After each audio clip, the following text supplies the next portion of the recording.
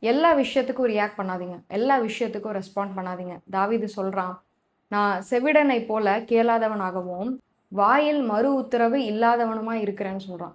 அப்போ நெறைய விஷயம் நம்ம காதுக்கு வருது. நெறையா நம்மள பேச வைக்கணும்னு ட்ரை பண்றாங்க. ஆனா, நீங்க அந்த இடத்துல பொறுமையா இருந்து பாருங்க. காது கேளாதவன போல, நீங்க வாய் பேசாதவன போல நீங்க இருந்து பாருங்க. அந்த இடத்துல கர்த்தர் உங்களுக்கு தருகிற மேன்மைய உங்களால பார்க்க முடியும். சீமைய தூற்றுறான் தாவீத. "நீ வந்து அவ்வளோதான்" அப்படின்னு சொல்லும்போது, அந்த இடத்துல தாவீது என்ன வேணா பண்ணியிருக்கலாம். ஆனா, அந்த இடத்துல அவன் அமைதியா இருந்தான். அவன் சொல்ற எந்த வார்த்தையும் காதுல கேட்டுக்கல. இவன் பெருசா ரியாக்ட்டும் பண்ணல. ஆனா, ஒரு நாள் வந்தது, எந்த சீமைய தூற்றினானோ, அதே சீமைய முன்னாடி வந்து அவன் கால்ல விழுகிற அளவுக்கு கர்த்தர் வந்து தாவீத உயர்த்துறாங்க. இன்னைக்கு நீங்க போகிற பாதைய கர்த்தர் அறிந்திருக்கிறாங்க. அப்போ மனுஷர் வாயில வார்த்தைய புடுங்கணும்னு சில காரியத்த பேசும்போது, நம்ம அந்த இடத்துல பொறுமையா இருக்க கற்றுக்கொள்ளணும். பொறுமையா இருக்கும்போது, நிச்சயம் உங்களுக்கான மேன்மைய கர்த்தர் காண்பித்துக் கொடுப்பார். நம்ம மோசேயும் பார்க்கிறோம். அவன் சாந்த குணம் உள்ளவனா இருக்கும்போது, கர்த்தர் அவனுக்காக பேசுறாங்க. இன்னைக்கு நீங்க அமைதியா இருக்கும்போது, நீங்க கேட்காம இருக்கும்போது, உங்களுக்கான காரியத்த கர்த்தர் கேட்பாங்க, கர்த்தர் பேசுவாங்க. அதனால நீங்க கர்த்தருக்கு இடம் கொடுங்க. கர்த்தர் நியாயம் தீர்ப்பார். Praise the Lord.